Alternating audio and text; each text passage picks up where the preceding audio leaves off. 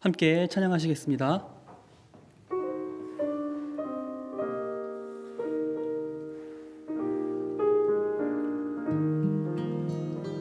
오 신실하신 주 내 아버지여, 늘 함께 계시니 두려움 없네.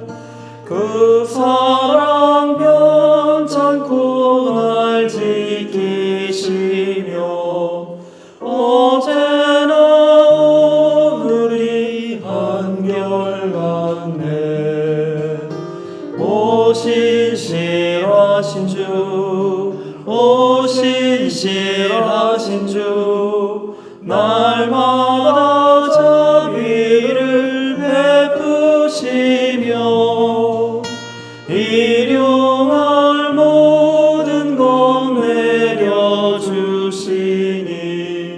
오 신실하신 주, 나의 구주.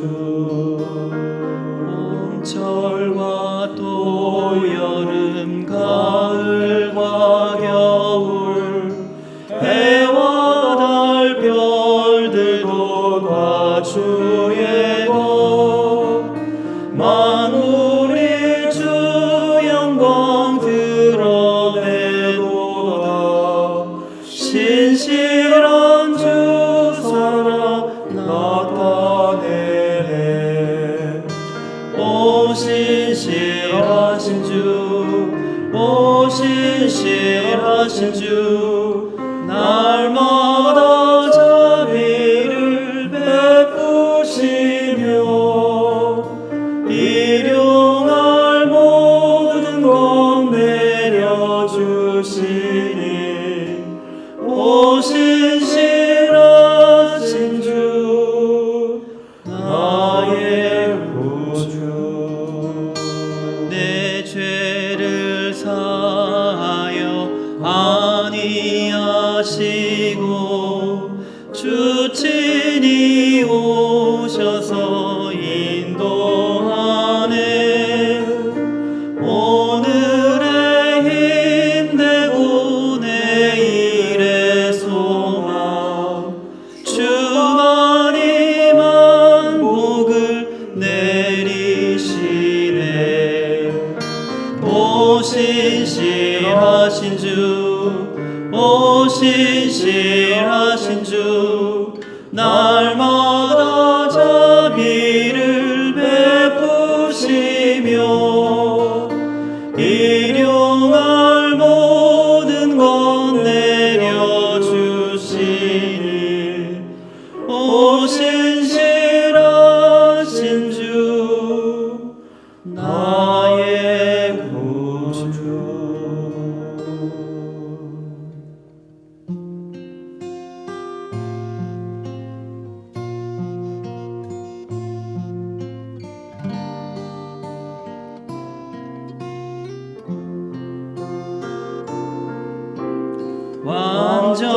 완전하신 나의 주, 의의 길로 날 인도하소서.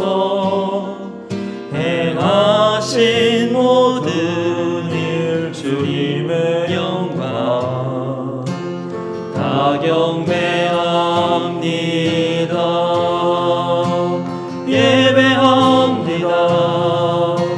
찬양합니다. 주님만 날 다스리소서. 예배합니다. 찬양합니다. 주님 홀로 높임 받으소서. 예배합니다. 찬양합니다. 예배합니다. 찬양합니다. 주님만 날 다스리소서. 예배합니다. 찬양합니다. 주님 홀로 높임 받으소서.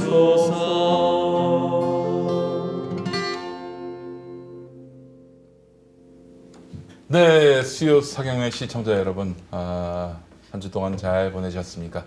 주님의 은혜와 평강이 함께 하시기를 기원합니다. 제가 참 이런 인사 잘 안 하는데 요즘 정말 그런 주님의 그런 우리의 돌보심, 우리를 향한 돌보심, 또 치유하심이 정말 절실한 시간인 것 같습니다. 잘 지내고 계시죠?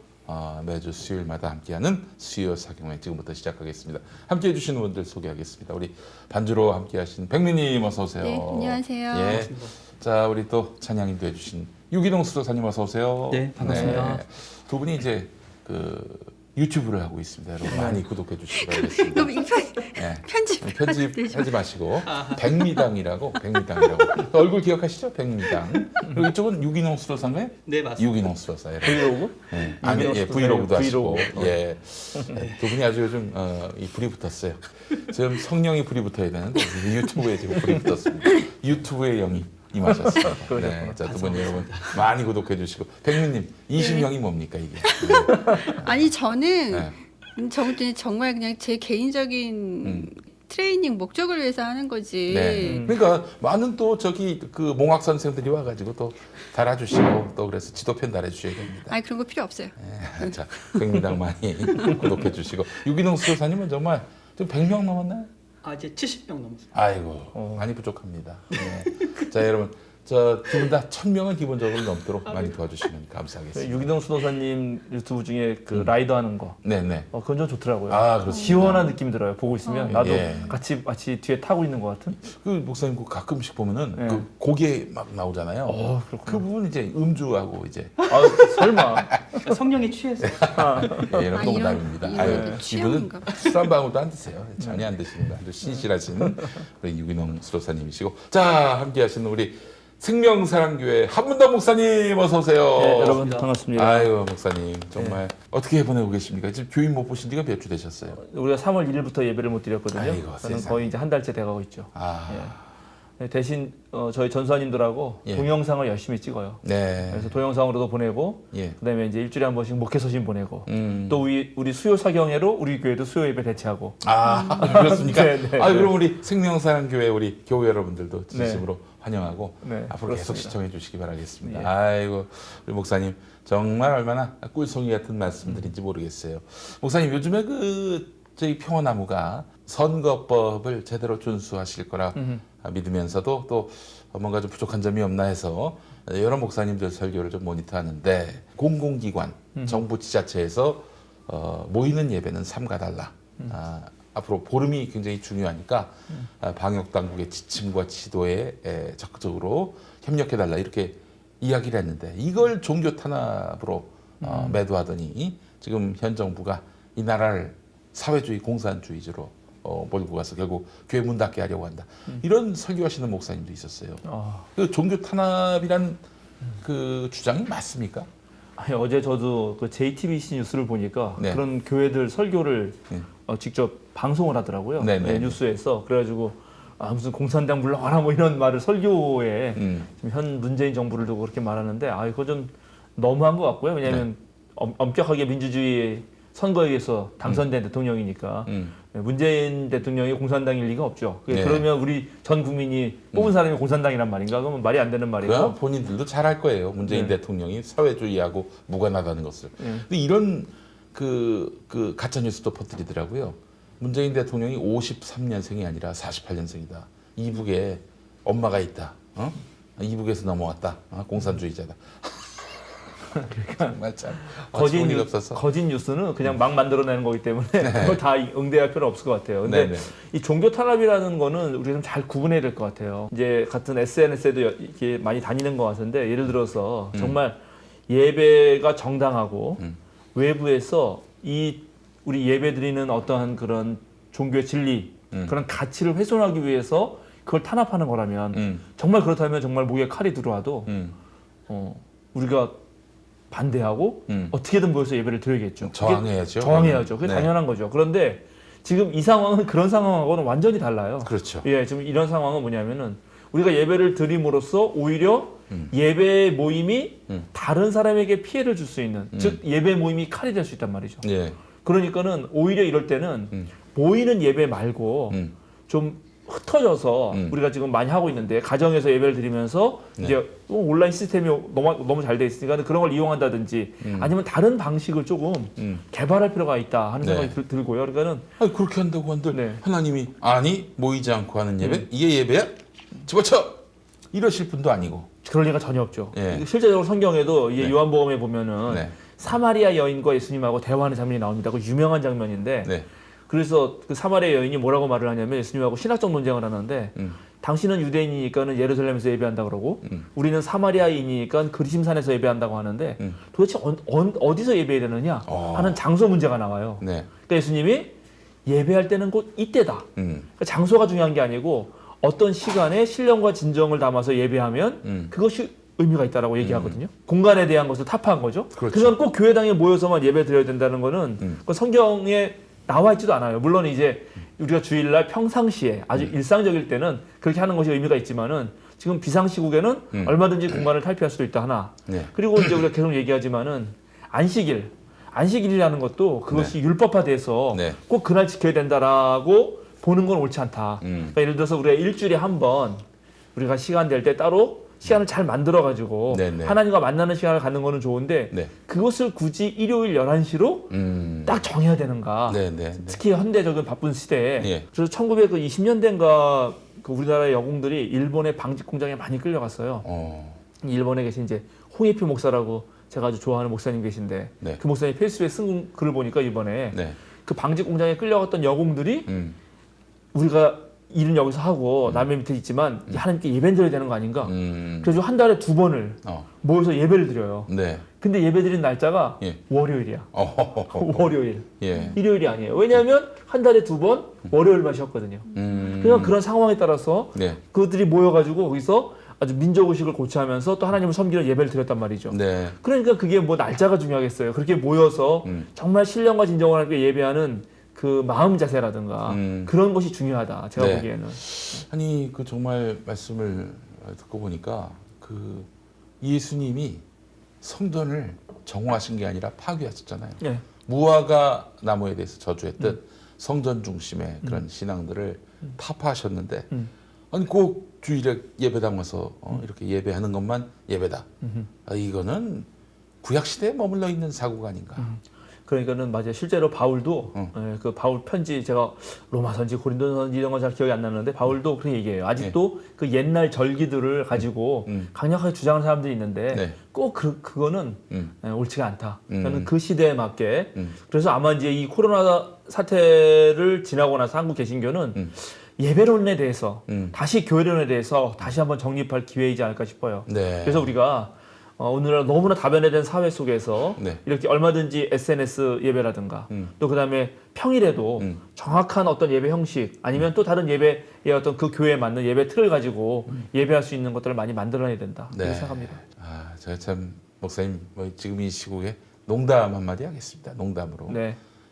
헌금을 내는 것도 다변화해야 된다. 아, 그래요. 네. 네. 카카오톡으로도 보낼 수 있고 이래야 된다. 예배 장소가 여러 군데 뭐 가정 골방도 되고 뭐 어디든 될 수 있다면은 헌금도 꼭 뭐 이렇게 와서 이렇게 헌금통에 넣어야만 헌금인가. 여러분 농담입니다. 농담으로 한 얘기였어요. 네, 근데 지금 이제 그럼 우리 한국 교회 분위기는 정말 하나님께 드리는 예물을 함부로 하지 않는다 그래서 저희 교회 권사님도 그 자신이 손수 보자기를 만드셨어요. 예쁜 보자기를. 그리고 거기에 아이고 세상에. 종이 그 딱 봉투에다가 헌금 봉투에다 헌금을 넣어가지고 그걸 차곡차곡 담아요. 네. 싹 싸가지고 예. 탁 드려요 하나님한테. 하나님께 바치. 그러니까 이제 그런 아이고. 마음은 충분히 이해가 돼요. 예, 네, 마음은 예. 충분히 이해가 되니까 그런 자세는 좋지만 그러나 이제 뭐 이렇게 예배를 드릴 수 없는 상황에서는 뭐 온라인으로도 얼마든지 네. 할 수 있다고 저는 뭐 생각합니다. 아니 근데 사실은 뭐 이런 온라인 예배를 굉장히 불경시하는 이런 분들 이런 교회일수록 헌금을 보내는 그런 창구는 다변화했더라고요. 그러니까는 계좌로 보내고 뭐 카드로 보내고 카드로 보낼 수 있게 해주는 그런 교회들이 지금 교회는 모여야 된다 또 이렇게 강조하시는 분들이 많아가지고 참 하여튼 네. 다른 분야에 참 굉장히 선진적이고 굉장히 진보적인데 또 다른 분야에서는 굉장히 극보수적이구나 하는 생각을 해봅니다. 그러니까 현실적인 거는 현실적인 대로 갈 필요는 있다고 생각하긴 합니다. 저도 이제 예. 첫날 목회서신 보내면서 쭉 이제 헌금 이런 거 고민하실까봐 나중에 이제 오셨을 때 뭘 하셔도 된다. 아니면 우리도 계좌번호가 있으니까 네. 계좌번호를 이렇게 알려드렸어요. 네. 그래서 이제 그걸 전교회 카톡방에 올렸는데 역시 우리 재정부장님이 그 헌금 계좌만 탁 따가지고 공지글에 딱 올리셨어. 그래서 재정부장님 칭찬해드렸지. 예, 예. 그 재정부장님이 하실 일이고. 예, 근데 뭐 예. 계좌가 뭐 그렇게 굳이 헌금을 강요하겠는가. 예, 예, 예. 그런데 제가 재밌는 거는 아니 솔직히 목사님, 네. 그 지금 모이는 예배 해야 된다는 분들의 음. 솔직히 솔직한 속내는 그 헌금 수입 때문에 그런 게 있잖아요. 현실적인 문제. 그럴 거예요. 아니 그걸 그 부정할 필요는 없어요, 사실은. 네, 그럴 거예요. 그러니까 제가 뭐 이렇게 몇 교회 들어보니까 실제로 예. 모이지 않았을 경우에 네. 헌금 보통 내는 봉헌하는 그 비율이 한 네. 3분의 1이 네. 준다 그래요. 어. 네, 3분의 1이 줄고 아니면 3분의 1만 거치기도 하고. 예. 이제 그런데 교회를 직접 운영해야 되는 네. 뭐 여기 벙커원 교회나 우리 교회처럼 세를 내야 되고 그렇지. 이런 아주 고정적인 지출이 네. 무조건 나가야 되는 상황에서는 고민이 안 될 수는 없습니다. 그래서 네. 그건 이해가 되지만 음. 네, 그러나 이제 제가 지난주에도 설교했는데 교회만 어렵지 않습니다. 지금 네. 한국의 모든 자영업자들이 어렵고요. 음. 모든 사람들이 어렵습니다. 그러니까 네. 함께 견딜 줄 아는 그런 자세가 필요하겠다. 아이고 그런 네. 여성도 필요하네요. 네네. 예. 알겠습니다. 자, 우리 생명사랑교회 재정부장 장로님이신가요? 아니요, 저희 집사님이십니다. 집사님, 네. 집사님의 또 그런 고충을 헤아리는 차원에서 자 생명사랑교회 계좌 지금 나오고 있죠. 교인 여러분 아직 그 헌금을 안 하셨으면 좀 하시기 바라겠습니다. 자, 이거 안 넣어도 될 것 같은데? 예. 자, 우리 백민영 오늘 질문. 어느 분이 이제 말씀을 해주셨는데 아마 지금 저희가 마가복음 예수님 이제 병자 사건하고 해서 이제 두 사건이 있었잖아요. 네. 강의해 주셨는데 예수님의 네. 신성과 좀 이게 대비되지 않나라고 네, 네, 이제 네. 한 두 분 정도가 네. 이렇게 말씀해 주신 분이 계세요. 네. 근데 거기에 또 다른 분이 또 이제 반박을 해주시긴 하셨는데 그 부분에 대해서 조금 많이 헷갈려하실 것 같아요. 예수님의 신성. 네. 네. 네, 이제 해석해 주신 내용이랑 그다음 우리가 기존에 알고 있던 예수님의 어떤 그 신성에 대해서 좋은 질문이라고 생각합니다. 그러나 우리 그리스도교 정확한 교리는 예수님은 참 하나님이시고 참 인간이시다 하는 신앙 고백을 오늘 21세기 지금 전 세계 교인들은 합니다. 저는 지금 교인들이 예수님이 하나님이고 예수님이 참 인간이시다라는 고백을 하지 않으면 언제든지 이단으로 몰릴 수 있고 그러한 소지가 생겨요. 네. 그런데 지금 우리가 하는 성서 공부의 어떠한 방향은 예수님의 하나님 되심을 고백하기 위해서 1세기에 정말 인간 예수로 오신 삶의 모습을 살피고 나서 그 예수님의 가르침과 행위와 또 모든 기적과 그 십자가에 달려 돌아가시고 부활한 모든 전생의 사건을 살피고 나서 이래서 예수님은 하나님이시구나라고 고백했던 그 고백을 찾아보고자 하는 거예요. 예, 그러니까 신성을 전제하고 들어가면은 성경의 많은 부분들이 제가 계속 주장하지만 맨 처음에 예수님을 그저 나사렛 사람, 목사의 아들로 느꼈던 사람들의 마음을 이해할 수가 없어요. 예, 그러니까 지금 뭐 저는 예를 들어서 요한복음서가 고백하듯이 예수님은 태초부터 하나님이셨다. 하나님과 함께 계셨던 말씀이셨고 지혜셨다.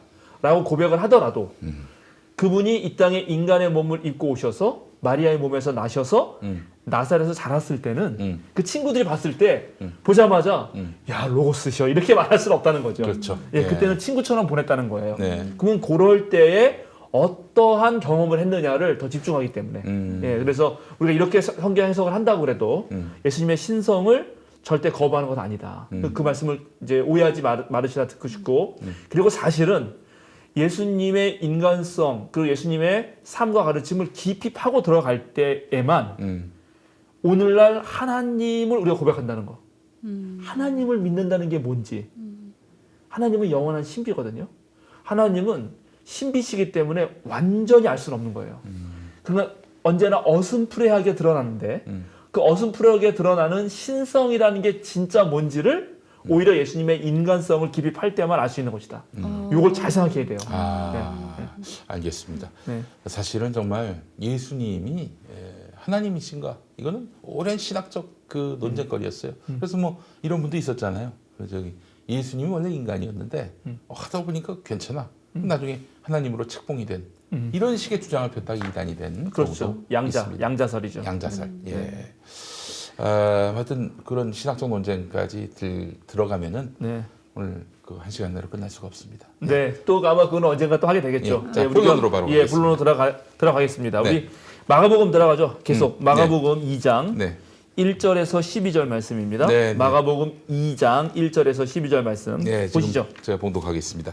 며칠이 지나서 예수께서 다시 가버나움으로 들어가셨다. 예수가 집에 계신다는 말이 퍼지니 많은 사람들이 모여들어서 마침내 문 앞에 조차도 들어설 자리가 없었다. 예수께서 그들에게 말씀을 전하셨다. 그때 한 중풍병 환자를 4사람이 데리고 왔다. 무리 때문에 예수께로 데리고 갈 수 없어서 예수가 계신 곳 위에 지붕을 걷어내고 구멍을 뚫어서 중풍병 환자가 누워있는 자리를 달아내렸다. 예수께서는 그들의 믿음을 보시고 중풍병 환자에게 이 사람아 내 죄가 용서받았다 하고 말씀하셨다. 율법학자 몇이 거기에 앉아있다가 마음속으로 의아하게 생각하기를 이 사람이 어찌하여 이런 말을 한단 말이냐. 하나님을 모독하는구나. 하나님 한 분밖에 누가 죄를 용서할 수 있는가 하였다. 예수께서 그들이 속으로 이렇게 생각하는 것을 곧바로 마음으로 알아채시고 그들에게 말씀하셨다. 어찌하여 너희는 마음속에 그런 생각을 품고 있느냐. 중풍병 환자에게 내 죄가 용서받았다 하고 말하는 것과 일어나서 내 자리를 걷어서 걸어가거라 하고 말하는 것 가운데 어느 쪽이 더 말하기가 쉬우냐. 그러나 인자가 땅에서 죄를 용서하는 권세를 가지고 있음을 너희에게 알려주겠다. 예수께서 중풍병 환자에게 말씀하셨다. 내가 네게 말한다. 일어나서 내 자리를 걷어서 집으로 가거라. 그러자 중풍병 환자가 일어나 곧바로 모든 사람이 보는 앞에서 자리를 걷어서 나갔다. 사람들은 모두 크게 놀라서 하나님을 찬양하고 우리는 이런 일을 전혀 본 적이 없다 하고 말하였다. 아멘. 아멘. 네.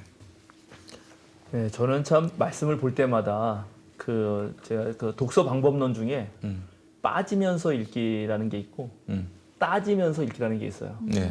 책을 좋아하는 사람들은 초반에는 전부 다 빠지면서 읽기를 합니다. 푹 빠져요. 네, 책 속으로. 감동이죠. 그러나 어느 정도 시간이 지나면 빠지면서도 따지게 돼요. 따지는 건 생각을 해보는 거예요. 아, 이게 무슨 말씀인가. 따져보면 더 멋있어. 더 빠져요. 네. 그래서 빠지면서 읽기와 따지면서 읽기가 이렇게 어우러지는데 저는 요즘에 성경을 읽을 때마다 오늘 이 본문도 빠지기도 하고 따져지기도 하고 그렇습니다. 뭘 따져볼 만한 게 있을까요? 두 분. 따질 만한 네, 거요. 여러분은 딴지들을 걸어보세요. 이걸 읽으면서 무조건 빠지지만 말고. 아니 일단 기본적으로 어. 저 순서를 기다리고 있는데 갑자기 순서를 앞질러서 새치기를 한 거 아니에요? 어? 이거는 있을 수 없는 일 아닙니까? 게다가 저기 집도 아닌데 남의 집에 그 저기 구멍을 내 가지고 네. 어? 맞아요. 그 저기 주택을 그렇게 그, 기물 파손을 하고 있어요.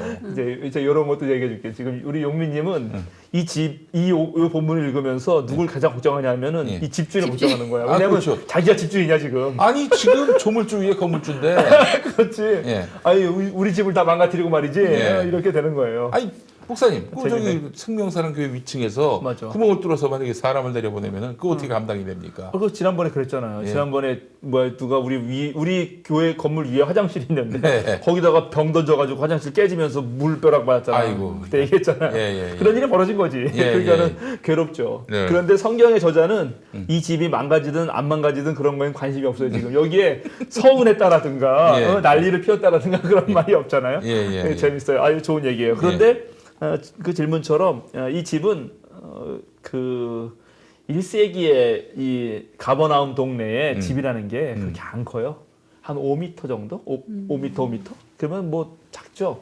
정말 작고 그다음에 이제 거기가 사막 지역이니까는 집을 이렇게 질 수 있는 게 아니고 모래바람 같은 게 불어서 좀 딱딱해진 데가 있으면 그 한쪽에 모래 언덕 곁에다가 모래 언덕이 이렇게 있잖아요. 그럼 요 옆에다가 나무를 이렇게 옆으로 대고 이렇게 세워가지고 짓는 거예요. 그리고 이제 뭐 벽 쌓고 그리고 지붕 위는 평평하거든요. 평평하고 그 나무를 또 이렇게 지붕을 이렇게 대야 되니까 그 나무 길이가 5m 넘는 걸 구하기가 무척 어렵다고요. 그거는 저 레바논에 가야 거기 가야 구할 수 있으니까 그래서 5m 이상 집을 짓기가 어렵습니다. 그래서 그 위에다가 이렇게 나무 대고 그다음에 이제 잔가지 올려놓고 그다음에 거적 같은 거 덮어놓고 예, 그래서 가난한 사람의 집은 그렇게 뜯기가 어렵진 않았을 거예요. 그리고 5m밖에 안 되니까 사람들이 한 20-30명만 몰려와도 들어갈 수가 없지. 꽉 차죠. 예, 꽉 찬 거고. 그래서 이제 바깥에 있는 계단으로 이렇게 걸어 올라가서 위에서. 그리고 거기가 이제 날 좋을 때는 빨래도 널고, 뭐, 거기서 이제 일도 하고, 뭐 그런 지붕이 아주 그런 식으로 쓰입니다. 아, 그런데 재밌는 게 여기 누가복음에는 네. 여기가 지붕을 벗기고잖아요, 여기는. 예. 지붕을 걷어내고. 예. 그러니까 이 가난한 집인데 누가복음에는 혹시 읽어봤어요? 백민님? 예스 못했구나. 됐어요. 누가복음에는 기와를 걷어내, 기와. 기와. 아, 기와를. 그러니까는 예. 누가복음의 집주인은 아마 욕했을 거야. 예. 기와를 걷어내니까. 일단 그런 집의 사장이었다는 거 좋습니다. 그래요. 하여튼간 안타깝지만 성서는 집이 부서진 거에는 관심이 없다. 예. 예, 오히려 예수님이 그 4명, 집을 부신 4명의 믿음을 보시고 칭찬을 하셨어요. 네, 그래요. 예. 혹시 백민님? 저는 율법학자들이 거기 네. 있었다고 했잖아요. 네, 네. 율법학자들이 염탐하러 왔나? 예수님을. 야, 좋아요. 그런 분위기가 되게 좀 궁금해요. 예리하시네. 요 질문은 좋네요. 그러니까 율법학자들이 여기 와 있을 리가 없죠. 네. 사실은. 그러니까 실제로는 이 사건에서 율법학자들이 언제나 예수를 쫄쫄 따라다니면서 그걸 뭐라 그러지? 스파이 말고 뿌락지를 뭐 내보내거나 뭐 그런 건 아닐 거 아니에요? 예. 예, 근데 사실은 이제 이런 보도를 압축 보도라고 합니다. 압축 보도. 그러니까 예수님이 하신 모든 일들이 율법학자가 보기에는 이게 어떤 일이었는지에 대해 설명을 하려다 보니까 율법학자를 등장시키는 것이에요. 그리고 이 율법학자는 사실은 아마 예루살렘에서 파송한 율법학자될 것입니다. 그러니까 궁극적으로 예수님의 사역 초반기부터 앞으로 이제 갈릴리나 가버나움에서의 활약이 저 예루살렘에서 결국 율법학자들과 대제사장들과 장로들과 어떠한 이제 갈등이 생길 거를 예견해 주는 것도 하기도 하죠. 예, 그러나 분명히 이제 말한 대로 이야기 구조 속에서는 예루살렘으로부터 파견된 율법학자가 딱 그걸 보고 있는 거죠.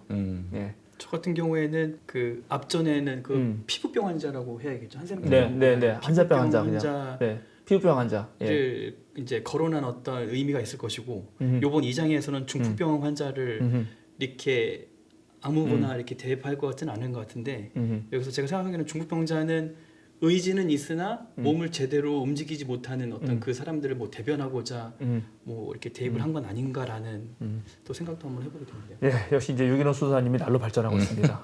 정확하게 그겁니다. 정확하게 그거예요. 그러니까 여기서 중풍병자라고 표현된 거는 오늘날 뇌졸중, 뇌졸중을 맞으면은 이제 몸이 마비가 되기 때문에 그렇죠. 예. 스스로 움직일 수가 없죠. 예. 그런데 이 사람이 꼭 그런 뇌졸중 환자라고만 말할 필요는 없습니다. 다만 뇌졸중 환자가 보이는 현상, 증상은 같다는 거예요. 존 도미닉 크로스안이라는 학자는 요게 나오는 이 사람하고 요한복음의 베데스다 연못가에 나오던 38년 된 병자하고 같은 물이라고 쳐요. 같은 이야기였을 거라고 그렇게 설정을 합니다. 그 신학자는. 예. 그 대단한 아이디어죠. 근데 그렇게 한 이유는 뭐냐면 둘 다 만성적인 질병에 의해서 혼자 몸을 못 가눠요. 그래서 누군가의 도움이 반드시 필요해요. 예, 그래서 그 38년 된 병자도 아무도 그 물속에 베데스다 연못에 못 들어가서 고생하고 있었던 것처럼 여기도 이 사람도 그러고 있으니까 친구들이 도와줬어야 되는 거죠. 그러니까 오늘 아주 잘 생각했는데 지금 중풍병자를 내세운 이유는 무언가에 의하여 몸을 옴짝달싹하지 못하게 된 사람들의 이야기. 그럼 그 무언가는 뭘까요? 아, 무언가. 야, 그 무언가가 뭔지를 역사적으로 밝혀낸다면 대단한 건데 그거를 학자들이 했죠. 아, 그래요? 네. 그냥 뭐 불운하게 뭐 네. 저 병이 있거나 뭐 아무래도 저소득층이겠죠. 그 뭐 이런 아니, 치료도 근데 안 되고 뭐. 제 생각에는 아픈 사람이긴 한데 4명이 데리고 왔잖아요. 그렇다고 그러면은 주변에 사람이 있는 거고, 그럼 어느 정도 좀 돈이 있거나 좀 그렇지 않았을까요? 우정이도 정말 충만한 5사람일 수도 있지 않겠는가. 아, 그래서 여러 가지 추측이 우리가 잘하고 있습니다. 추론이 있는 건 좋아요. 네. 그러니까 백민님은 그 4명 데려온 사람이 이 사람이 돈이 좀 있어서 네. 누구 시켰을 수도 있다 이렇게 보는 거고 네. 여기는 아니다. 친구들이다 이렇게 보는 거죠. 그런데 학자들은 일단 용민님의 편을 듭니다. 아, 그래요? 네, 그리고 제가 너무 자본주의에 찌들어갖고. 네. 그걸 어떻게 할 수 있냐면 이 사람들이 들고 온 그 자리, 여기 자리라고 표현했는데 옛날 번역엔 침상이라고 번역돼 있어요. 예. 그리고, 들것. 들것. 네. 네, 들것. 근데 이 들것이라는 단어가 마태하고 마가하고 다릅니다. 근데 마태가 쓰는 거는 진짜 허접한 들것이에요. 마가가 쓰는 거는. 아, 급하게 이제 네, 급하게 그리고 급조한. 보통 네. 그리고 보통 어떻게 하냐면 이제 이게 천대기인데 천대기 네. 큰 천대기여가지고 그것을 뭐 짐을 나를 때는 들것으로 사용하고 그 다음에 이사 갈 때는 보자기로 쓰고 그 다음에 추울 때는 겉옷을 입고 그냥 그 하나의 천대기로 모든 걸 다 하는 그런 가난한 사람들의 이야기거든요. 그러니까는 이 4명이 부자일 리는 없을 거예요. 그러니까는 그 4명을 이 사람이 직접 들고 왔을 거고 그런데 이제 그럼 이 사람이 왜 이렇게 아팠겠는가? 물론 여러 가지 이유가 있겠죠. 우리가 삶을 살다 보면은 뭐 오늘날도 정말 건강하던 사람이 갑자기 심장마비가 오기도 하고요. 뭐 그렇기도 하지만 그런데 아까 용민님이 지나가던 말로 갑자기 얘기했는데 저소득층이라는 얘기를 했어요. 근데 상당수 학자들은 이 사람이 이렇게 옴짝달싹 못하고 이렇게 누워있을 수밖에 없는 병에 걸린 이유는 과중한 세금이었다는 거예요. 그 당시에. 네. 엄청난 세금을 부과하니까 그것을 갚다 못해서 몸은 완전히 만신창이가 되고 그리고 그러다가 병을 얻으면 고칠 길이 없죠. 이제 우리 다음 주에도 볼 얘기는 다음 주에 볼 이야기 중에 그 혈루병 걸린 여인이 얘기가 나오거든. 네. 그 여인도 그 병을 고치려고 여러 의사를 찾아다니면서 가산을 탕진했다는 얘기가 나와요. 그러니까 이 사람도 아팠다면은 가산도 다 탕진하면서 못 고치게 된 상황이었을 거라는 거죠. 그런데 이 얘기는 상당히 의미가 있어요. 왜냐하면 저도 이제 우리 부모님도 가난한 농부셨어가지고 옛날에 동네 우리 조그만 밭이 하나 있었는데 파주. 예, 파주에 네. 예, 교화에 그 지금도 아파트 조그맣게 있어요. 근데 그 아파트에서 우리 어머니가 이제 다품종 소량 생산 이것저것 심어가지고 그때 팔아 먹어서 이제 하루하루 벌어먹고 사는 거예요. 근데 그 동네 땅이 전부 한 사람 거거든. 그래서 그 사람이 전부 소작을 준 거예요. 근데 고등학교 2학년 때 그거를 이제 다 처분해야겠다 이 주인이 그런 거예요. 그래서 먼저 그 소작을 하고 있는 사람들에게 연락이 왔어. 우리한테 연락이 온 거지. 이거 좀 이제 당신네들 사라. 그 사람 다른 사람 팔아먹겠다. 근데 이걸 우리가 못 사면은 어떻게 되는 거야? 그러면 이제 우리 하루하루 먹고 살 게 거의 없거든. 네. 그래가지고 저 처음 고등학교 2학년 때인데 아버지가 그렇게 수심이 깊은 걸 처음 봤어요. 계속 학교 갔다 오면은 뭔가 아버지가 얼굴이 행복한 표정이 아니야. 그래서 왜 그러신가 하고 이제 엄마랑은 편하니까 물어봤더니 이런저런 얘기를 하는 거예요. 그래서 그때 당시 돈으로 1,500만 원인가? 하여튼 한 1,500만 원인가 있어야 되는데 그 돈이 없는 거지. 뭐 하루 벌어서 하루 먹고 사는데. 그래서 아주 어렵게 그래도 어떻게 그 돈을 아버지 친구 좀 있는 분한테 빌려가지고 사고 이제 그대로 계속 조금씩 갚긴 했어요. 그러니까는 진짜 빚을 지고 하여튼 뭐 급하면 사채도 그걸 쓰고 이런 사람도 있잖아요. 그렇죠. 그럼 그런 사람들이 나중에 완전히 이 우울이라든가 이런 데로 빠져들어가면은 실제로 뇌졸중 같은 병에 걸리지 않더라도 무기력 엄청난 빚을 지고 그 빚을 갚기 위해서 아둥바둥하면은 돈의 노예가 되는 거죠. 네. 비단 어떤 대상이 있어서 노예가 되는 것이 아니라 주인이 따로 있어서 그런 게 아니라 돈의 노예가 되는 거예요. 정신적으로 피폐해질 것 같기도 하고. 네. 그러니까 오늘날 저는 이제 20대 젊은이들에 대해서 그동안 뭐 나이 드신 분들이나 또는 무슨 뭐 우리 386 세대 옛날에 이제 같은 민주화 세대나 아니면 저 같은 신세대가 이제 요즘 20대들 왜 그러냐고 말할지 모르지만 그 세습 중산층 사회라는 책이 있습니다. 거기에 보면은 요즘에 20대가 왜 그렇게 무기력한 느낌이 드는지가 나와요. 잘. 그건 뭐냐면 미래에 대한 희망이 없기 때문이거든요. 그러니까 최초로 이전 세대보다 더 못 살 수도 있는 세대, 한국의 지난 100년의 역사 속에서 한국이 이제 경제가 만만치 않기 때문에 그런 말들을 분석한 책이 있어요. 그러니까는 그런 것처럼 여기 중풍병자는 단순히 우리가 뇌졸중 환자로만 볼 게 아니고 그런 사회 구조 상황 속에서 정말 완전 무기력에 빠져서 남의 도움 없이는 도대체 일어날 수 없는 사람이라고 생각해 보는 것도 아주 좋습니다. 유기동 소도사님이 잘 말하신 거죠. 예.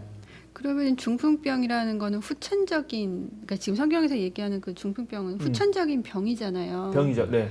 그러면 저소득층에서 중풍병자가 엄청 많이 많았잖아요. 그러니까는 실제로 중풍병에 걸렸는지는 모르지만 이런 상태가 됐다는 거죠. 당연히 그렇죠. 그러면은 그 꼭 중풍병, 몸 육체적으로 이렇게 뭐 어떻게 보면 반신불수는 아니더라도 그런 고된 노동으로 인해서 어딘가는 많이 아픈 사람들, 그럼요. 예, 그런 사람들이 음. 많이 예수님께 찾아왔다. 그렇죠. 당연합니다. 예수님은 그리고 그런 분들을 고쳐줬고 그런 어쩌면은 이 네 명의 친구들은 같은 그러한 동일 업종에 종사하던 사람들일지도 몰라요. 아니, 우리가 이제 그렇게 성경을 읽어 나가야 이게 우리 삶에 진짜 다가온다는 거죠. 우리 삶에 진짜. 그래서 이제 제가 지난번 우리가 예수님의 그 마가복음에서 1장부터 오늘 이제 2장 읽기 전까지 우리가 3명을 얘기했잖아요. 하나는 회당에서 그 더러운 영 들린 사람, 그다음에 가정에서 시몬의 장모, 그다음에 나병 환자 얘기했는데 요 세 가지가 또 오늘 것까지 이게 똑같은 얘기라고 그냥 교인들은 읽고 넘어갈 수 있는데 사실은 잘 살펴보면 똑같지가 않아요. 이 앞에 두 가지 이야기, 즉 회당에서 귀신 들린 사람 쫓아낸 거하고 시몬의 장모 고친 이야기는 자세히 보면은 성경 그 원어로 더 보면은 이거는 정말 귀신을 쫓아낸 이야기처럼 표현해. 그러니까 앞에 더러운 영은 확실하죠. 근데 시몬의 장모 그 열병도 예수님이 열병을 꾸짖어요. 그리고 열병이 도망간 것처럼 표현하거든요. 마가복음에. 그리고 나병 온갖 악성 피부병 환자 그거 고친 거는 정말 치유예요. 근데 그 치유는 아까 말한 대로 어떤 사회 구조적 질서보다 그때 당시 모든 사람들이 가지고 있는 편견, 사회적 편견과 그런 것에 의해서 격리된 사람이라고 하다면 오늘 다시 자 그럼 이 사람은 그런 사회적 경제적 취약계층으로서 겪는 어려움이 있는데 지금 거기에 덧붙여서 또 하나가 있다는 거죠. 그게 바로 예수님이 오늘 이 사람의 죄가 사해졌다. 용서받았다. 그러니까 그게 아니 갑자기 뜬금없이 뜬금없잖아요. 네, 이게 하나 더 있는 거야. 이게 하나. 그 저기 그 체납도 죄지 않습니까? 네. 세금 안 낸 거? 세금 안 내는 거 아닌가 혹시? 근데 지금 이 사람이 체납 때문에 죄를 졌다라고 표현한 것보다는 이렇게 못 움직이게 돼 있는 상태, 그죠? 그러니까 완전 병져 누워 있는 상태를 예. 죄의 결과라고 본 거죠. 그 많은 인식들이 또 그래왔잖아요. 예, 그래서 우리 그걸 한번 직접 찾아보자고요. 네. 시편이 좀 리얼해서 제가 시편 너무 많지만 시편 38편 네. 3절에서 5절, 시편 38편 3절에서 5절. 예. 주님께서 노하심으로 나의 살에는 성한 곳이 없습니다. 내가 지은 죄 때문에 나의 뼈에도 성한 데가 없습니다. 내 죄의 벌이 나를 짓누르니 이 무거운 짐을 내가 더는 견딜 수 없습니다. 내 몸에 상처가 골마터져 악취를 내니 이 모두가 나의 어리석음 때문입니다. 예, 여기 지금 보니까 죄 때문에 뼈가 성한 데가 없고 어리석음 때문에 상처가 골마터졌다. 이렇게 죄하고 질병을 연결짓는 사유. 이 사유가 유대인 사유의 아주 일반적인 팽배했다는 것이고 그런데 예수님은 오늘 바로 이것을 깨려고 하는 거죠. 예수님은 이 고리를 깨보려고 하는 거예요. 이거 자체가 벌써 사회적인 낙인을 찍게 만드는 하나의 구조일 뿐만 아니라 요거에 기생해서 잘 말씀드렸지만 성전의 제사장들 바로 요걸 염탐하러 온 율법학자들이 야 죄를 사해 주시는 건 하나님이지만 그것에 대한 선포는 제사장이 하는 건데 예. 요걸 예수가 하고 있으니까 또 요걸 가지고 딴지 걸더라는 거야. 그렇죠? 뭐 이렇게. 예, 오늘 지금 본문에도 나와 있죠. 오늘 아까 본문에 뭐라고 말합니까? 우리 아까 마가복음 다시 한번 그 찾아서 보시죠. 마가복음에 그 율법학자들이 속으로 뭐라고 생각했나요? 이 사람이 어찌하여 이런 말을 한단 말이냐. 하나님을 모독하는구나. 하나님 한 분밖에 누가 죄를 용서할 수 있는가 하였다. 그렇죠. 그러면 목사님 그 시대에는 일단 사람이 몸이 아프면 다 죄 때문에 아픈 걸로 다 이렇게 인식이 돼 있었던 남몰래 지은 죄가 있으니까 혹은 뭐 본인이 아니더라도 본인 조상 때 뭐 아직 이 말하자면 책임을 지지 못한 죄가 있기 때문에 이렇게 그 몸에 병이 생기는 것이다라고 인식했다는 거죠. 그렇죠. 죄도 유전인가요? 그러면? 가계의 저주라는 말 있잖아요. 그런 식으로까지. 근데 뭐 실제적으로 삼대- 뭐 삼대까지 어떤 오늘날도 어떤 병은 유전인의 요인이 있기도 하죠. 가족용으로. 있기도 합니다. 그러니까는 오늘날 이제 의학의 역사가 그러니까 의학이 발달하기 전에 세균의 존재도 모르고 그러니까 세균의 존재를 안 거는 현미경의 발달 때문에 그런 거거든요. 그러니까 그다음에 이제 마취가 대단한 건데 하여튼 어쨌든 세균을 모를 때 어떤 사람이 아프면은 거기에 대해서 온갖 추측을 할 수 있어요. 근데 어떤 거는 정말 자기가 잘못했기 때문에 그런 고통을 겪는 경우도 있죠. 그러니까 예를 들어서 우리가 너무 과음을 한다든지 폭식을 한다든지 그다음에 상한 음식을 먹는다든지 하면 몸에 탈이 생기잖아요. 그건 자기가 분명 잘못한 것이 있죠. 그런데 잘못한 것이 없는 것 같은데도 더 큰 더 큰 문제가 발생했다는 말이죠. 어떤 병이. 그런 사람들이 제가 왜 저런 병을 걸렸지? 저건 천벌 받은 거야. 이렇게 너무 쉽게 생각했다는 거예요. 그러면 그 고리를 예수님은 어떻게든 끊고 싶었다는 거죠. 그리고 하나님이 그걸 용서해줘야만 된다? 그리고 그 선포는 제사장만 해야 된다? 거기서 벌어지는 실제의 일은 뭔가요? 그거는 권력 집단을 가진 놈이 그 고통받는 자를 또 한 번 착취하는 그렇지. 일이 벌어지잖아요. 제사장이 하나님이 죄를 용서하시는 거야. 뭐 그건 당연한 건데 제사장이 그걸 선포한다. 이거는 그것도 일종의 권력 아니에요. 근데 어느 놈이 미운 놈이 있어. 선포를 안 해줘. 그래서 그러면 그것도 권력을 그렇죠. 행사하는 것이고. 그럼 뭐 재물을 더 큰 거를 갖고 와라. 그렇죠. 금을 갖고 와라. 뭐 그렇죠. 마음에 안 들면 안 해줘. 뭐. 그 주권 입장에서는 자기 밥것을 이제 빼앗는 거라고 인식을 할 수 그렇죠. 있었겠네요. 그러니까 지난번 그 피부병 환자도요. 낫잖아요. 분명히 예수님이 낫게 했어요. 그러니까 이 낫다는 거가 사실은 만인에게 보여졌다면은 이미 하나님으로부터 죄 용서받았다는 증거가 됐고 굳이 제사장에게 보이지 않아도 될지도 몰라요. 그런데 제사장이 가서 그거를 인정해줘야 되만 인정 안 해주면 이 사람은 사이로 못 들어오는 거예요. 자, 그렇죠. 그러니까 자 보세요. 예수님이 여기 이제 몇 가지 마가가 예수님을 얼마나 존경하냐 하면 분명히 율법학자들이 속으로 생각해 속으로 저는 왜 어떻게 죄를 용서하지? 죄는 하나님만 용서하는 건데 근데 알아차려주셨어. 그러니까 이거는 이제 마가복음이 예수님에 대한 존중심 아주 그걸 강력하게 표현한 거고 그래도 예수님이 딱 알아차리고 묻죠. 너희는 어찌하여 너희는 마음속에 그런 생각을 품고 있느냐. 자 여기 지금 이 환자에게 내 죄가 용서받았다고 말하는 것과 일어나서 내 자리를 걷어서 걸어가라고 말하는 것 가운데서 어느 쪽이 더 말하기가 쉬우냐. 자 이 질문 대답해 보세요. 수도사님 네. 어느 쪽이 말하기가 쉽습니까? 제 입장, 환자 입장으로 자꾸 생각이 들어서 그냥 자리에서 거두어가지고 그냥 걸어 나가라. 그게 더 쉬워요? 저는 쉬울 것 같아요. 제 환자의 입장에서는 자기가 바라는 그게 있으니까 죄를 사한다고 해서 이게 당장 내가 일어날 수 있는 상황은 아닌 것 같으니 그냥 당장 나는 일어나서 나가고 싶다라는 마음을 좀 더 투영한다면 그게 저는 쉬운 것 같다고 생각하지만 사람들은 그냥 앞에 있는 전자를 얘기하겠죠. 용서를 받았다 하는 말을 하는 것이. 근데 이제 내 죄가 용서받았다는 거 사실 이 그 환자에게 있어서는 사회적 낙인이 더 큰 무게감으로 작용하지 않았겠는가. 그래서 사실 일어나서 걷는 것도 중요하고 또 그런 그 어떤 자신의 번뇌 중에 하나지만은 죄가 용서받았다 이 선포가 훨씬 더 그에게는 좀 감동이 되고 소망이 되지 않겠는가. 좋아요. 그런데 아마 이 얘기를 했을 때 실제로 이 여기 이제 일부러 이 병을 중풍병이라고 표현했으니까 만약에 이게 정말 뇌졸중이라면 일어나서 걸어갈 수 있을까요, 없을까요? 거의 그런 일이 안 생기겠죠. 그러니까 아마 이 질문을 했을 때 거기 청중들은 일어나서 걸어가가로 하라는 얘기가 훨씬 더 어려울 거라고 생각했을 확률이 높아요. 사실은 왜냐면 그런 일이 진짜 일어나려나? 거의 기적인데 그러면. 그건 기적이잖아요. 사실은 기적이거든요. 그거는 그런 기적 같은 일이 안 일어날 때지 일어날 수가 없는 일이죠. 그러니까 기적이죠. 그런데 예수님이 그럼에도 불구하고 이런 질문을 했다는 거는 지금 여러분들이 말했듯이 내 죄가 용서받았다고 말하는 것이 더 말하기가 어려웠다는 거예요. 그런 말조차 하는 게 어려웠다는 거죠. 그렇게 말했다가 여기 신성모독이고 신성모독이면은 죽습니다.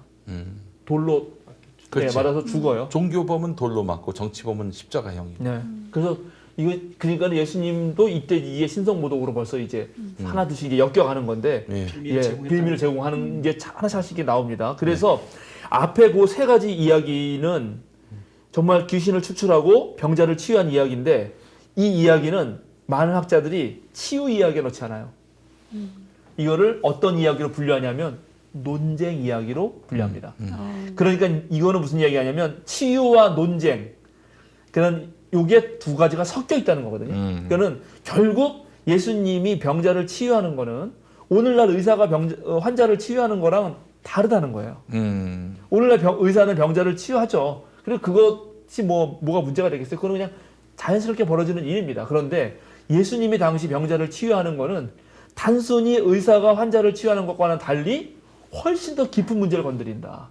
당시 사회적 인식, 즉 얘가 죄 때문에 벌 받았다고 하는 그 인식을 깨려고 한다. 근데 여기서 하나 더 깨죠. 더 깨는 게 있습니다. 뭐냐 하면 바로 10절입니다. 10절. 10절. 이거 10절 누가 읽어주세요. 그러나 인자가 땅에서 죄를 용서하는 권세를 가지고 있음을 너희에게 알려주겠다. 예수께서 중풍병 환자에게 말씀하셨다. 네, 그리고 이제 말한 건데 여기 뭐라고? 인자가 땅에서 죄를 용서하는 권세를 가지고 있음을 너에게 알려주겠다.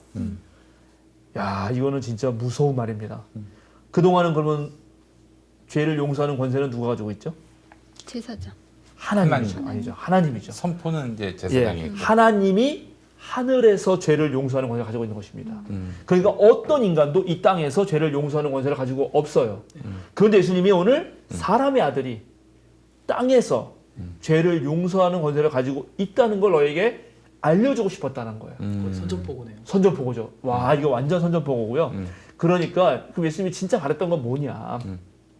저렇게 지금 과중한 세금이라든가 그런 아주 너무 어려운 삶 속에서 병도 없고 일어나지도 못하고 있는 저 사람을 그저 하나님이 용서해 줄 때까지 기다리고 돌보지도 않고 죄인이라고 낙은 찍으면서 그 동료들을 내버려 두는 거. 이렇게 방관하고 방치하는 게 그게 옳으냐? 아니라는 거죠. 직접 우리들이 나서서 인자도 저 사람을 죄가 용서받았다고 인정하고 사람들 안으로 끌어안아서 빨리 치유하고 같이 살도록 하라. 근데 그렇게 한 사람들이 누구죠? 지금? 4명이잖아요. 4명.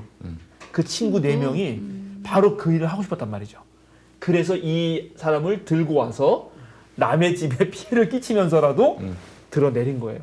그래서 예수님이 이 병자의 믿음을 본 게 아니고 그들의 믿음을 보시고 아, 쟤네들은 그래도 역시 내가 정말 인자가 이 땅에서 죄를 사해줄 수 있는 그런 어떠한 새로운 혁명적인 변화, 사회적 운동에 동참하려는 사람들이구나. 그건 왜냐하면 이 친구들이 자기 친구가 이런 걸 보고 너무 마음이 아팠을 것이고 빨리 고치는 게 더 중요하다 생각이 들었던 거고 그리고 그걸 예수님한테 가면 고칠 수 있다라고 생각이 들었던 거죠. 자, 그렇습니다. 그래서 이제 내가 네게 말한다. 일어나서 내 자리를 걷어서 집으로 가라 하니까 환자가 일어나서 곧바로 모든 사람이 보는 앞에서 자리를 걷어서 나갔죠. 이렇게 되면 이제 실제로 이 사람의 죄는 용서를 받은 거죠. 네. 그러면 여기에 놀랍게 이제 더 이상 제사장에 가서 뭐 내 몸을 보이고 이런 말 없죠. 네, 없어요. 너 그동안 뭐 이렇게 누워 있었다는 거 이제 나 일어나서 걸을 수다 이런 거 확인해라 이런 거 없죠. 네. 이제는 스스로 이렇게 해서 얼마든지 하나님 나라 일을 만들어갈 수 있지 않겠느냐. 1장까지만 해도 제사장이 가서 그 몸을 보여라. 네, 보이라 했는데 그리고 네. 공식적으로 죄사함 받았다고 선포받아라. 네. 뭐 이런 이야기인데 2장서부터는 뭐 그럴 필요가 없다. 예. 그러니까 되게 위험한 상황인 것 같아요. 봤을 때는. 예, 지금 마가복음은 예. 초반서부터 이렇게 돼요. 그리고 사실은 여기서부터 이제 약간 논쟁 이야기라고 했잖아요. 3장 6절까지 5개의 논쟁 이야기가 나와요. 논쟁 이야기 연속. 그 다음에 요 다음에 뭐 나오냐면 예수님이 레위를 부르시는데 세리, 레위. 그 집에 가서 먹고 마시니까 또 사람들이 와가지고 저 죄인들하고 먹는다. 또 논쟁하고. 그 다음에 무슨 얘기가 나오냐면 그 다음에 세례 요한의 제자들은 뭐 금식하는 당신은 왜 금식 안 합니까? 하는 금식 논쟁이 나오고. 그 다음에 이제 제자들이 걸어가다가 미리삭을 이렇게 훑어가지고 안식일 날인데 확 까불어서 먹거든. 네. 그러니까 이제 추수했죠? 예. 탈곡했잖아요. 그러니까는 그게 안식일법에 걸린다고. 그거 가지고 또 싸운다고.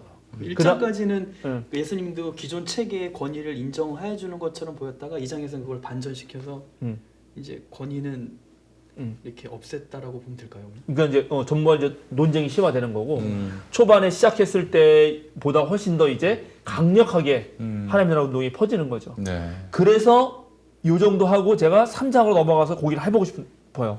3장 1절부터 6절까지 한번 봅시다. 예. 3장 1절부터 6절. 예수께서 다시 회당에 들어가셨다. 그런데 거기에 한쪽 손이 오그라든 사람이 있었다. 사람들은 예수를 고발하려고 예수가 안식일에 그 사람을 고쳐주시는지를 보려고 예수를 지켜보고 있었다. 예수께서 손이 오그라든 사람에게 말씀하셨다. 일어나서 가운데로 나오너라. 그리고 예수께서 그들에게 말씀하셨다. 안식일에 선한 일을 하는 것이 옳으냐? 악한 일을 하는 것이 옳으냐? 목숨을 구하는 것이 옳으냐 죽이는 것이 옳으냐 그들은 잠잠하셨다. 예수께서 노하셔서 그들을 둘러보시고 그들의 마음이 굳어진 것을 탄식하면서 손이 오그라든 사람에게 말씀하셨다. 손을 내밀어라. 그 사람이 손을 내미니 그의 손이 회복되었다. 그러자 바리새파 사람들은 바깥으로 나가서 곧바로 헤롯 당원들과 함께 예수를 없앨 모의를 하였다. 여기서 이제 이게 그 마가복음서를 전체 문단 나누기라면 여기서 이제 어떻게 보면 일부 한 뭐 몇 부 되는데 일부가 다 끝나는 거거든요. 여기서 이제 예수님 이제 죽게 생겼어요. 벌써 누구하고 누구가 죽이려고 한다고? 바리새파 사람 또 헤롯 당원. 이거 이제 이런 게 너무 재밌다니까요. 이게 말했잖아요. 헤롯 당원은 로마의 친로마적이고 바리새파는 반로마인데 예수님을 죽이려고 모의하는 데는 한패가 돼. 국공합작이라고 해야 될까요? 그렇다고 해야 되나. 하여튼간 이런 식이에요. 그런데 이제 예수님 보세요. 예수님이 자 아까 우리 2장 시작할 때 가버나움에 가셨죠. 네. 그 맨 처음에 가버나움에서 벌어진 일들이 이거를 읽는 독자 또는 이 말씀을 듣는 독자들은 청자들은 가버나움에서 지난번에 뭐 회당에 가서도 무슨 일 하시고 하셨는데 근데 이번에는 가버나움에 가서 제일 먼저는 집에 가셨어. 지난번에 회당에 갔는데 그럼 이제 집도 가셨는데 회당에 이번에 또 안 가시나 생각하고 있을 텐데 아니나 다를까 회당에 가셔. 그리고 그것도 또 안식일이에요. 네. 이거 바로 전에 보면 안식일에 미리 잘 갔거든. 연속선상에 있거든요. 이날도 이날도 안식일이란 말이에요. 그럼 지난번 안식일의 회당에서는 귀신 들린 사람, 더러운 영을 쫓아냈단 말이죠. 그럼 이번에는 도대체 무슨 일이 벌어질까 하고 사람들은 기대하고 있겠죠. 근데 지난번에 더러운 영 들렸다. 이 회당 체제가 더러운 영이 들렸다라고 말한 것에 대해서 이제 그쪽 유대교, 이 바리새파, 율법학자 이런 사람들도 가만히 안 있지. 보나마나 여기에 또 회당에 와서 또 우리를 또 못 살게 웃게 뻔한데 예수 일행이 그 우리도 이걸 고소할 명목을 찾아야겠다 하고 이제 준비를 하잖아요. 고발하려고. 근데 예수님이 여기서 안 물러나요. 이게 이제 대단한 건데 고발하려고 보고 있는데도 그 회중 중에 한 명 있었던 손이 오그라든 사람. 그 사람을 어떻게 하냐면 이거 중요한데 3절 유기농 수사님 3절 예수께서 손이 오그라든 사람에게 일어나서 가운데로 나오너라 하고 말씀하셨다. 네. 그죠? 예수께서 손이 오그라든 사람에게 말씀하시는데 네. 일어나서 가운데로 나오너라. 와, 이 말이 이 손이 오그라들다라는 표현. 우리가 몸이 이렇게 오그라든다, 움츠린다. 이건 주눅 드는 거죠. 네. 그리고 가운데로 나오라는 말은 이 사람이 어디 있었다?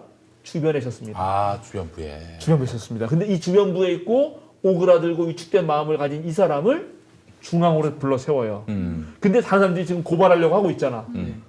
그런데 불러. 그리고 자 손을 오그라든 사람은 이 오그라든 것 때문에 오늘 죽을까요? 안 죽을까요? 안 죽어요. 내일도 안 죽어. 내일 고쳐도 돼. 굳이 안식일에 회당에서 고칠 이유가 없어요. 네. 근데 예수님은 일부러 안식일에 회당에서 그 주변부에 있는 위축된 사람을 가운데로 불러 세워놓고 그 다음에 어떡하죠? 나중에 예수님이 그리고 딱 사람들에게 한마디 딱 하시고 그리고 예수님이 화가 나셨어. 또 5절에 보면 화나시단 말 안 쓰거든 잘. 예수님이 노하셔가지고 그 악한 마음 때문에 응? 그리고 이제 안식일에 선한 일을 하는 게 좋으냐 안식일에 옳은 일 악한 일 하는 게 옳으냐 목숨을 구하는 것이 옳으냐 죽이는 것이 옳으냐 여기 목숨의 원문은 생명입니다. 정확하게는 그러니까 선한 일 하는 거 뭐냐면 생명을 구하는 거고요. 악한 일은 뭐 하는 거냐면 죽은 일이에요. 그러니까 죽음은 악한 일이고 생명을 구하는 건 선한 일이에요. 그걸 딱 물은 다음에 뭐라 그러냐면 이 사람한테 어떡하죠? 손을 내밀어라. 이 장면을 여러분 생각해 보시라고. 이렇게 쫙 모여 있는데 저 구석에 있는 애를 나와가지고 여기 앞에 세우고 손을 내밀어라. 손을 쫙 내미는 순간 어떻게 돼? 손이 오그라든 게 쫙 펴지는 거지.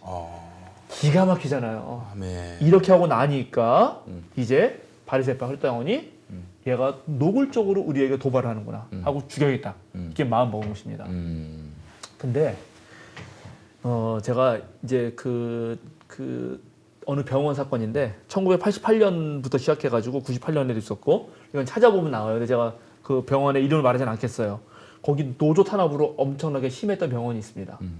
그래가지고 우리나라 최초로 그 노조를 탄압하면서 노조원들이에게 이제 부당해고라든가 뭐 우물투척, 막 식칼로 위협하고 이런 일이 있었어요.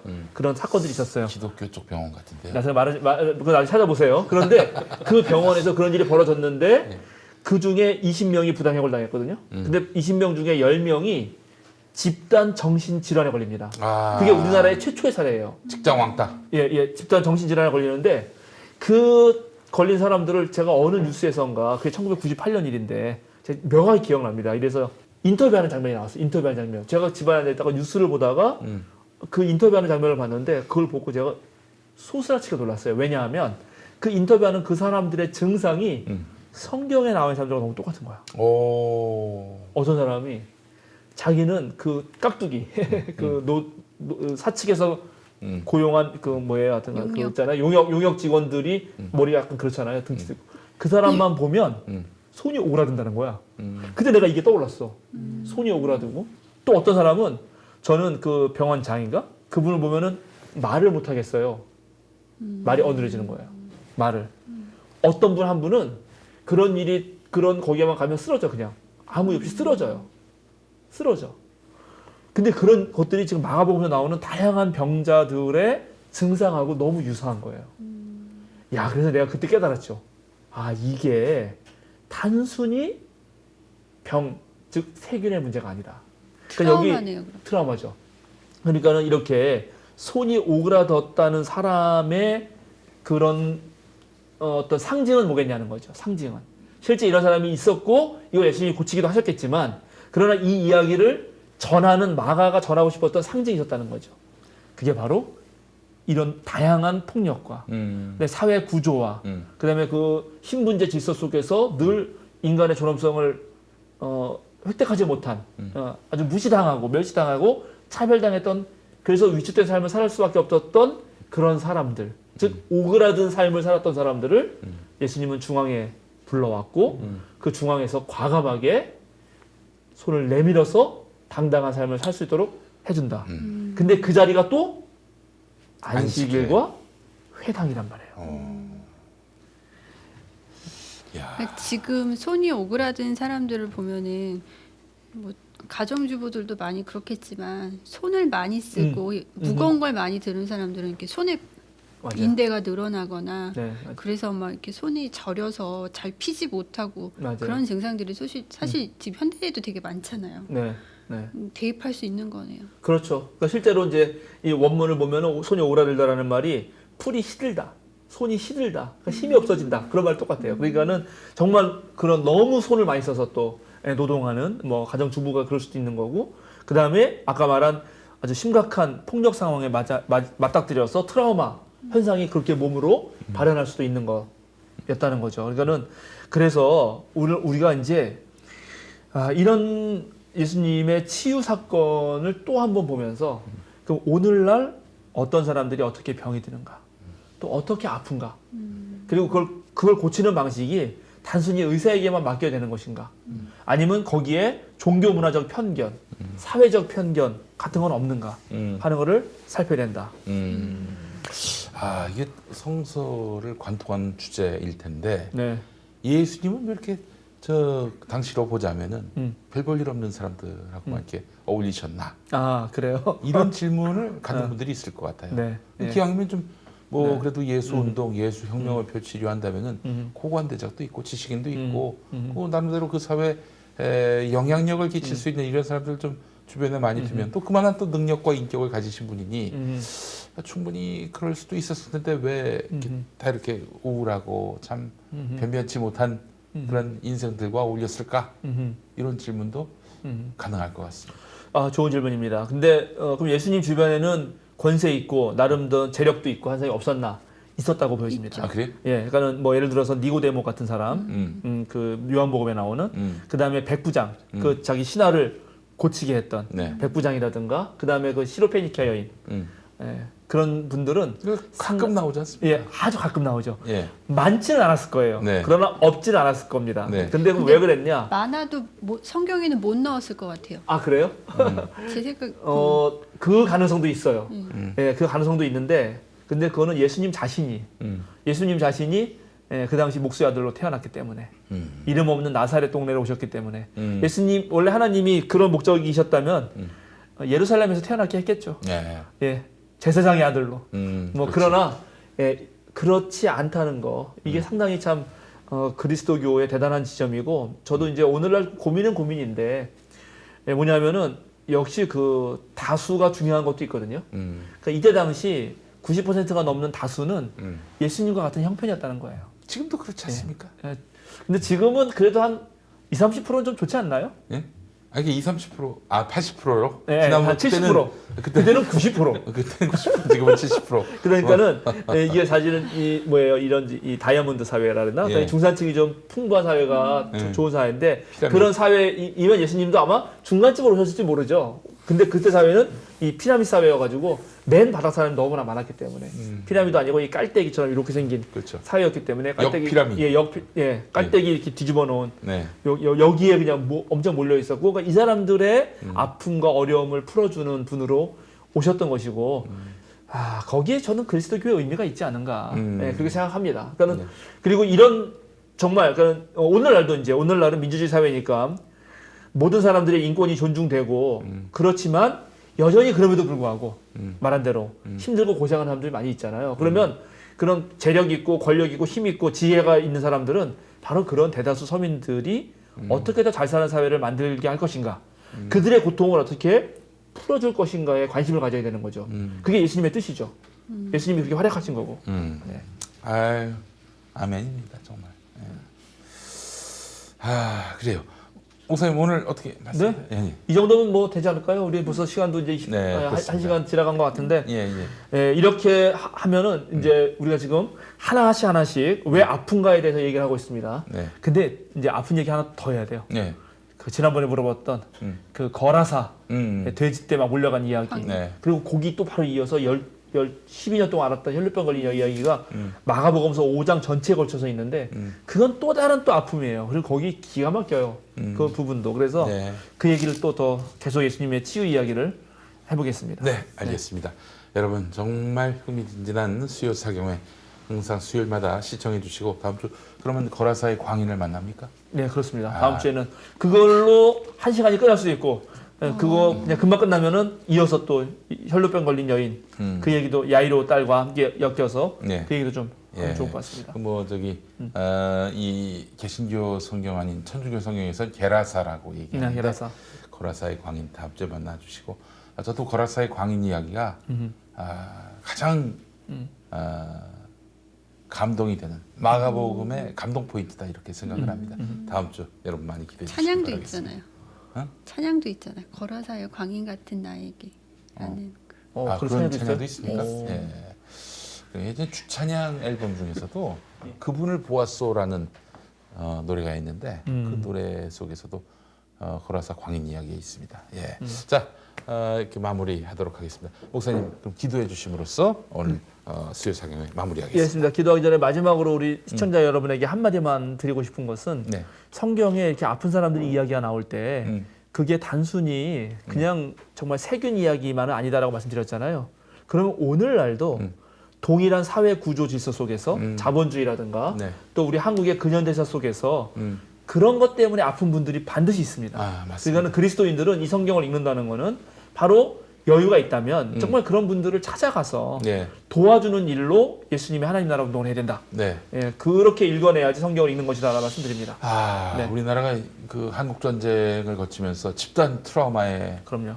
걸렸고 지금 사실 그래서 한 70년 지난 시점에서도 거의 뭐 이 트라우마가 치유되지 못해 가지고 분단의 망령이 아직도 우리를 지배하고 있잖아요. 그럼요. 예. 그럼요. 이런 것들도 다 네. 우리 그리스도인은 짚어낼 줄 알아야 되겠다 하는 생각을 해봤습니다. 목사님 기도해 주시죠. 예, 기도하겠습니다. 거룩하신 하나님, 참 어려운 시대를 살고 있습니다. 전 세계가 코로나로 무척 힘들어하고 유럽의 상황이 정말 너무 극심한 길로 가고 있습니다. 이제 미국도 그렇고 이제 중남미 쪽도 코로나가 발병하는 것 같습니다.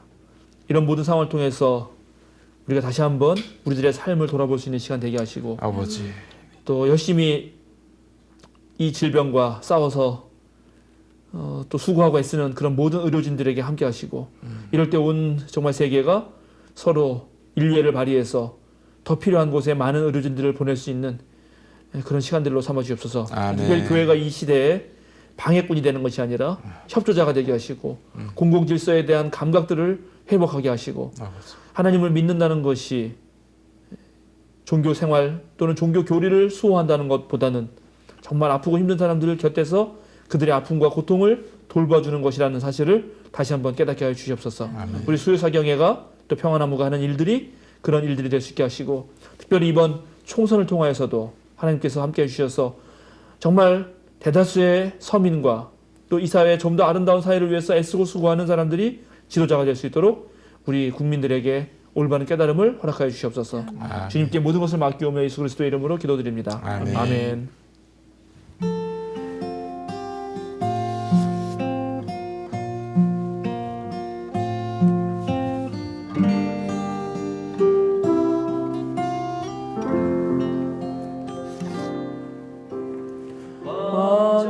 완전하신 나의 주, 그의 길로 날 인도하소서. 행하신 모든 일 주님의 영광 다 경배합니다. 예배합니다. 찬양합니다. 주님만 날 다스리소서. 예배합니다. 찬양합니다. 주님 홀로 높임 받으소서. 예배합니다. 찬양합니다.